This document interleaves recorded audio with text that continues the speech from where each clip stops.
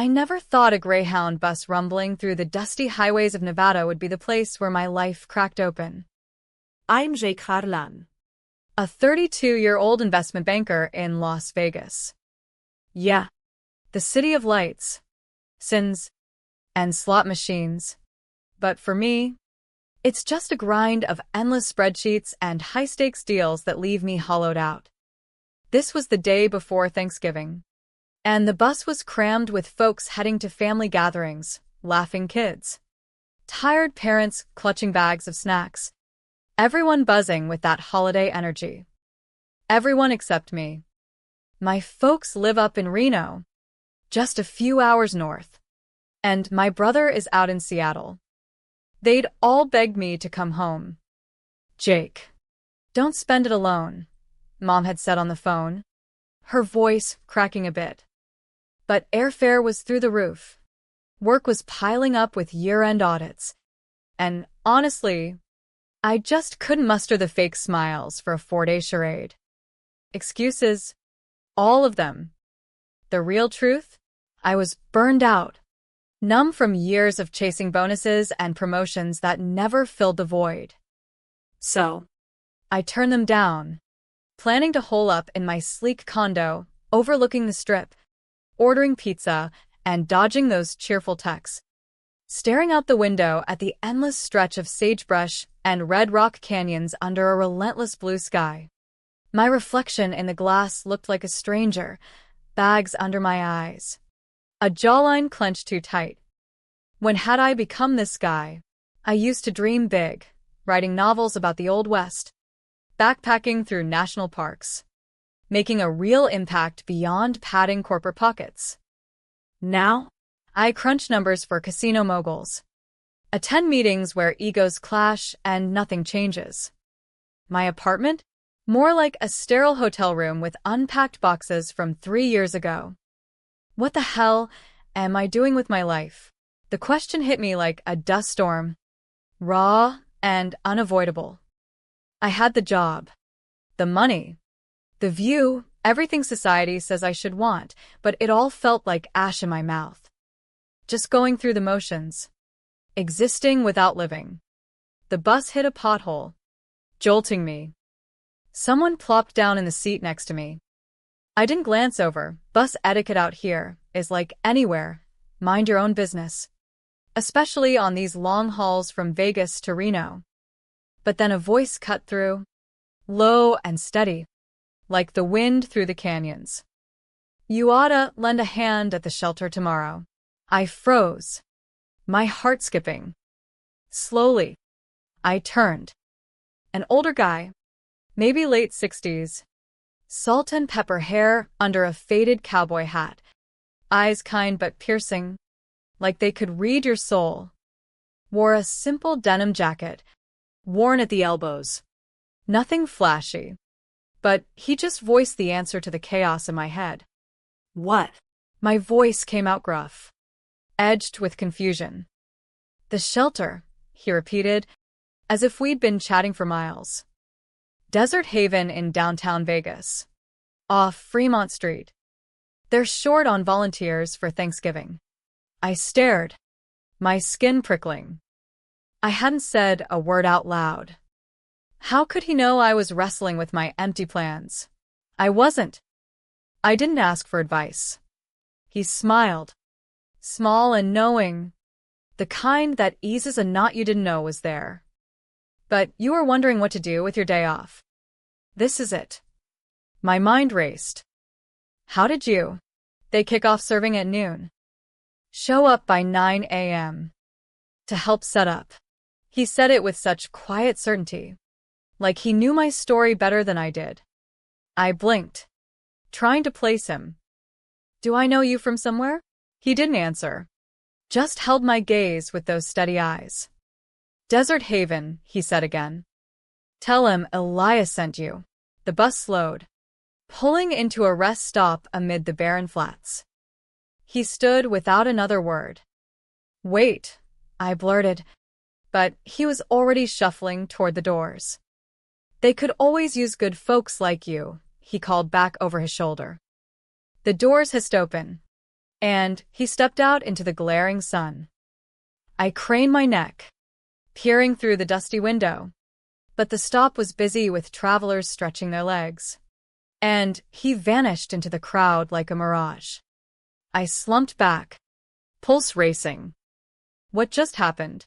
Some random cowboy reads my mind and drops life advice? By the time the bus rolled on, I'd half convinced myself it was a fluke. Maybe he volunteers there. Scouts lonely riders on holiday routes. I fit the bill.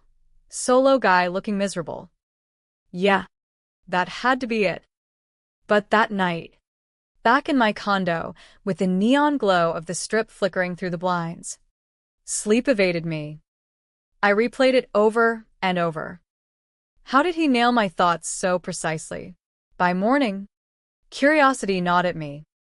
I brewed coffee, scrolled my phone, texts from family. Happy Thanksgiving. Bro, miss ya. I should call them later. Instead, I Googled Desert Haven, Vegas. It was real, a non-profit family shelter in the heart of Old Vegas, providing meals, beds, and support for folks down on their luck. Photos showed smiling kids, communal dinners, volunteers dishing out hope alongside food. Their site mentioned Thanksgiving volunteers were welcome, no experience needed.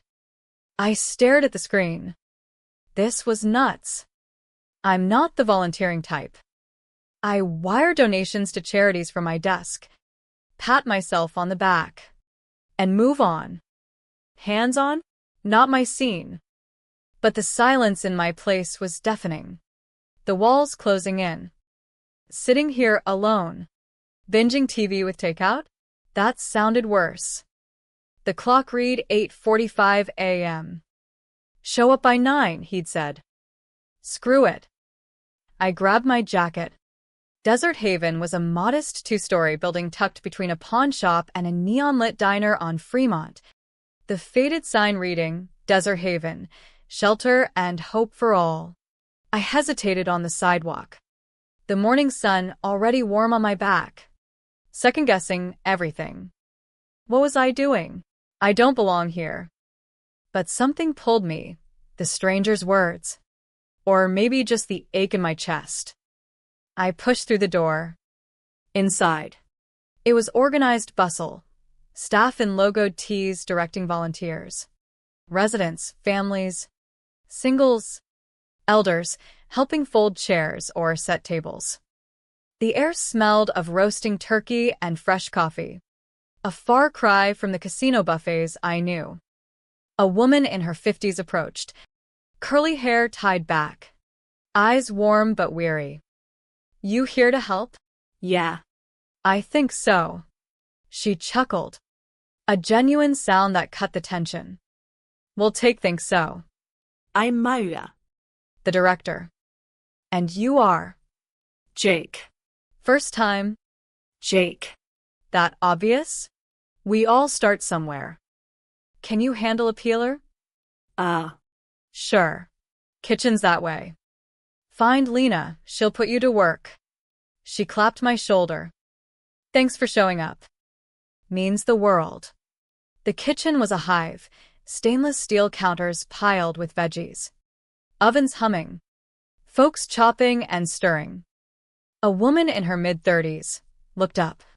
Dark hair in a bun. Apron smudged with flour. Eyes sharp and assessing. New blood. Yeah. Maria sent me. Looking for Lena. That's me. Ever prepped for a crowd? Not really.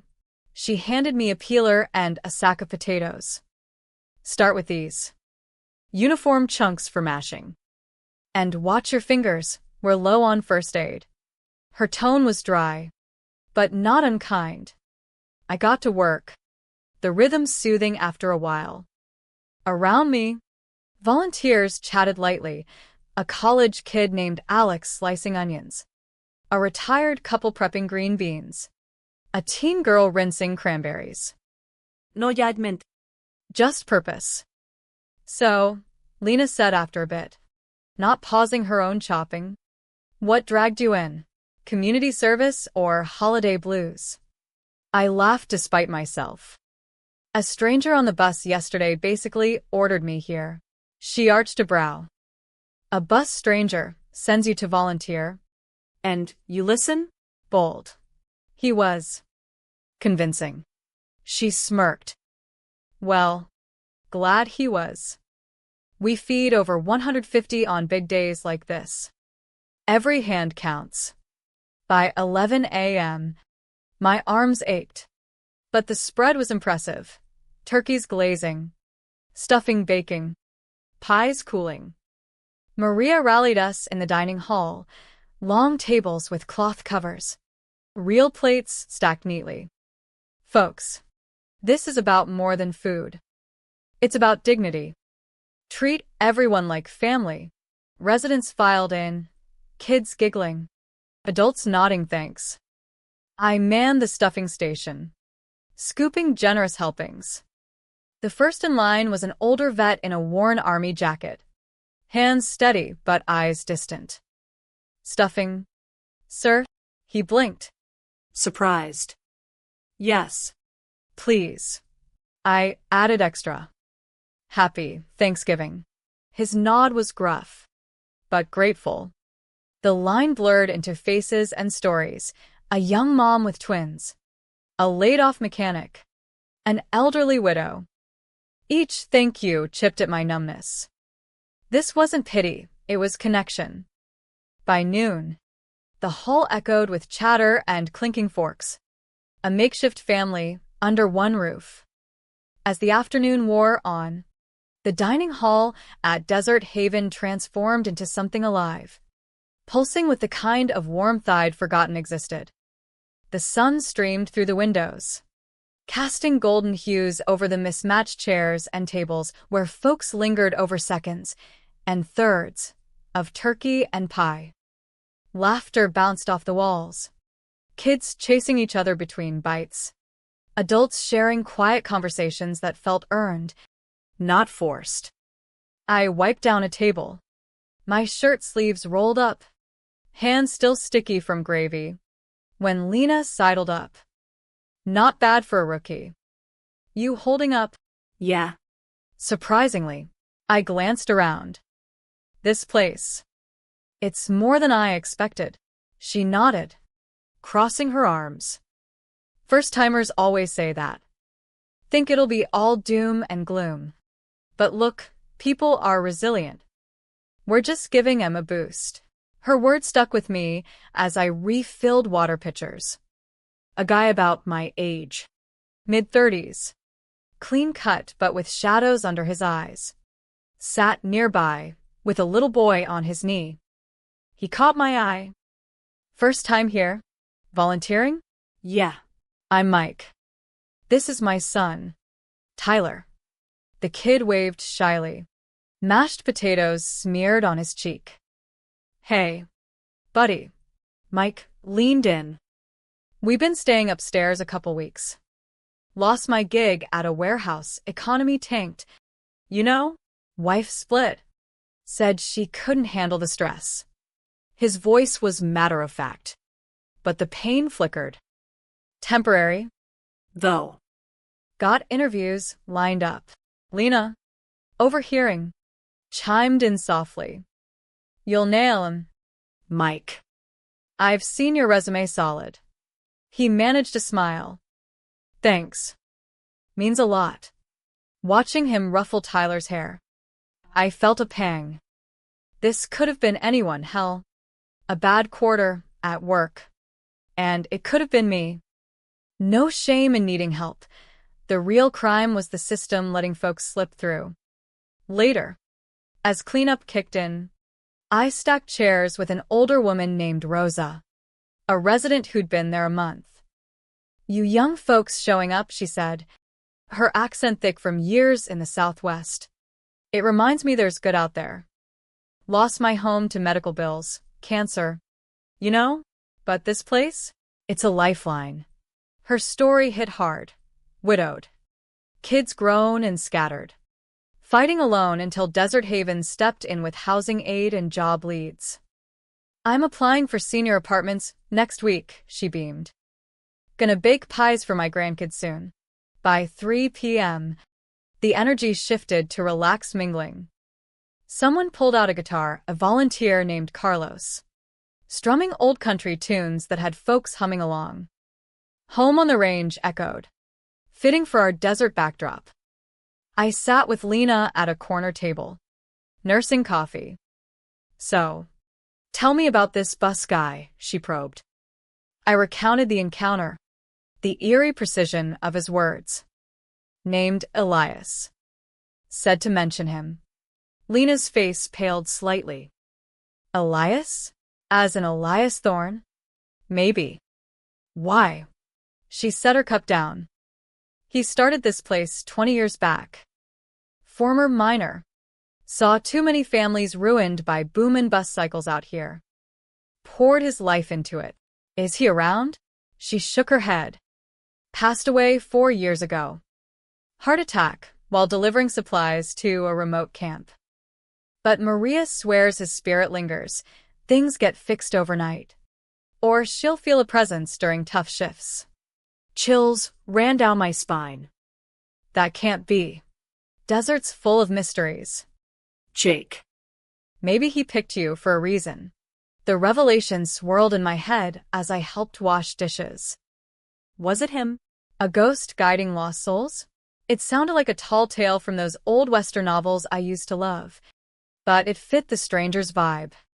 That evening, Lena suggested grabbing tacos at a food truck nearby. Decompress? Sure. Under the neon glow of Fremont Street, we sat on a bench, the city alive with tourists. Why do you do this? I asked. She stared at her food. My sister. Struggled with opioids after a car wreck. Ended up on the streets. I was too busy with my social work degree to notice. By the time I did, her voice trailed. Overdose. Alone. I'm sorry. I volunteer to see them, the people, not the problems. Helps me heal. 2. We talked late into the night. Her dreams of policy reform. My dissatisfaction with the finance rat race. Walking back. The stars sharp overhead. I felt a spark, connection, purpose flickering to life. See you Saturday? She asked. Yeah. Count on it. The next weeks blurred into a routine that filled my evenings. Twice a week at Desert Haven. Prepping meals. Chatting with residents. Mike landed a job at a distribution center. Moving to subsidized housing with Tyler. Couldn't have done it without the support here, he said. Hugging me goodbye. Rosa got her apartment, dropping by with homemade tamales as thanks. And Lena? Coffee turned to hikes in Red Rock Canyon, sharing sunsets over the valleys. She challenged me. You're good with numbers, help with our budget? I did. Streamlining donations legally through Nevada's nonprofit regs. Ensuring every dollar stretched. No more numbness. I was alive. Grounded in the real West, where community trumped isolation. Months rolled by like tumbleweeds in the Mojave wind, and Desert Haven became my anchor. I'd cut back hours at the bank. Negotiating flex time, turns out. When you show passion elsewhere, bosses notice. Or maybe I just stopped caring about climbing that greasy pole. Instead, I dove deeper, organizing a job fair with local businesses, navigating Nevada's employment laws to connect residents with fair-wage gigs. It wasn't glamorous, but seeing a single mom like Carla, a former casino dealer evicted after a bad streak, land a steady role at a resort, that beat any bonus. One Saturday, amid the lunch rush, Maria pulled me aside. Jake, you've got a knack for this. Ever think about going full-time? We could use a program coordinator. The idea thrilled and terrified me. Leave the six-figure safety net? But the emptiness of my old life loomed larger now. Agost primer de Ogron. Let me think on it. That night, Hiking with Lena under a full moon. I spilled it. It's scary, But it feels right. She squeezed my hand. You've changed. Jake. For the better. Follow that. Change rippled outward. My family noticed during a Christmas visit to Reno, first in years. You seem lighter, Dad said over turkey leftovers. I told them about the shelter. The stranger. Mom teared up. Proud of you. Son. Back in Vegas, I reconnected with old friends, hosting barbecues where stories flowed like the Colorado River. No more isolation. I was building bridges. Then, 3 months post-Thanksgiving, on a Greyhound back from a supply run to Reno, he appeared again. Same seat, same denim jacket, same unflappable calm. My breath caught. It's you. He smiled, as if expecting me. Hello, Jake. How do you know my name? I never. How's Desert Haven treating you? I leaned in. It's changed everything. I'm there 3 times a week now, helping with programs, budgets. Met amazing people like Lena. His eyes twinkled. She's a keeper. Don't let the desert winds blow her away. But who are you? Elias Thorne? He didn't flinch. Just a fella who believes in paying it forward. The bus slowed for a stop. Wait, tell me. Was it you that night? The founder? He stood. Keep showing up. Jake. That's the real gold in these hills. He stepped off, vanishing into the dusk crowd. I bolted after. But he was gone, like smoke from a campfire. The encounter fueled me. I researched Elias. Photos match same kind eyes. Zamahat. Obituaries confirmed his death, praising his legacy of compassion in Nevada's harsh lands. Maria confirmed he'd recruit volunteers anywhere, buses, bars. You name it. Ghost or guardian. Didn't matter. His spirit pushed me to quit the bank, taking the coordinator job. Pay cut? Sure.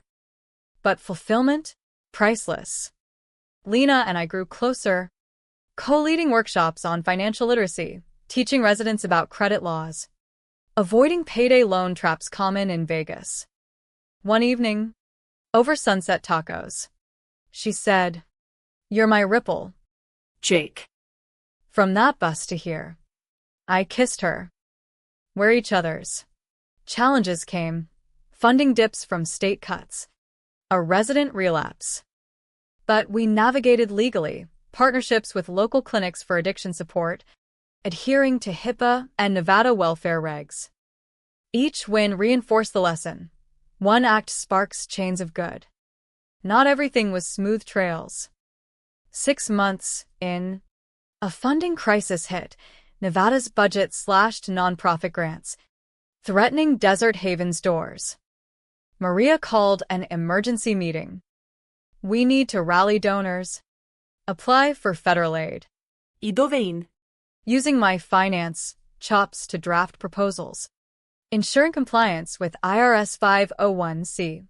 3 rules. Lena handled outreach. Her social work network pulling strings. Amid the stress, personal ghosts surfaced. A resident, Victor, a vet like the one I'd served on Thanksgiving, shared his PTSD battles from Iraq tours. The VA helps, but it's bureaucracy hell. His story mirrored Elias's era, reminding me of systemic flaws. We connected him with pro bono lawyers for benefits claims, watching him stabilize. You gave me hope, he said. But it stirred my own doubts. Was I doing enough? Lena noticed my funk during a Red Rock hike. Talk to me. What if it's all temporary? Like you said about your sister, I couldn't save everyone. She stopped, facing me. We don't save, we support. Remember Mike? He's thriving because we were there. Her words eased the weight. That night, We committed, moving in together, blending lives in a cozy apartment near the shelter. Then, the stranger returned. On a bus to a donor meeting in Carson City. He sat beside me. Progress looks good on you. Jake. Elias, please. Explain. He chuckled softly. Life's full of mysteries. Like mirages in the desert. You found your oasis. As the bus halted, he rose. Forgive the past emptiness. Embrace the now. Gone again. Inspired. I pushed harder. We secured a grant, expanding services, legal clinics for eviction prevention, aligning with Nevada tenant rights. Residents like Carlo advanced, promoted at her job, mentoring newcomers. Paying it forward, she grinned. But drama peaked when a former resident relapsed. Stealing supplies. No charges, Maria opted for compassion, referring him to rehab under state diversion programs. Redemption over punishment, she said. It taught me humanity over harshness. A lesson Elias embodied. By year's end, Desert Haven thrived. Lena and I planned a future, marriage, maybe kids, always tied to community. The West's vastness no longer felt lonely, it was home. A year from that fateful bus ride, I stood in Desert Haven's expanded hall, sunlight flooding through new windows funded by our grants. Thanksgiving again. But now I led the charge, coordinating volunteers, ensuring meals met health codes, fostering that dignity Elias championed. Mike returned as a donor, Tyler in tow. This place saved us, now we give back.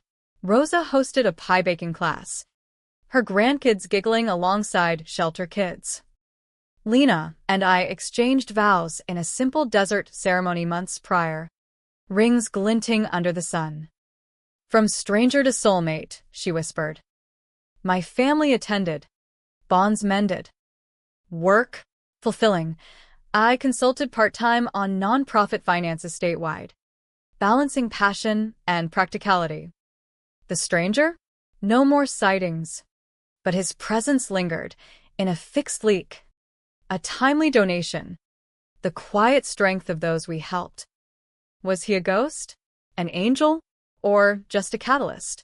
Didn't matter. He taught me, in the American West's rugged expanse, emptiness yields to connection when you show up for others. The gentle lesson? Life's not about hoarding success. It's about sharing burdens, creating ripples of kindness. Forgive your stumbles. Embrace humanity's flaws. And watch redemption bloom like spring in the desert. I've lived it now. Pass it on.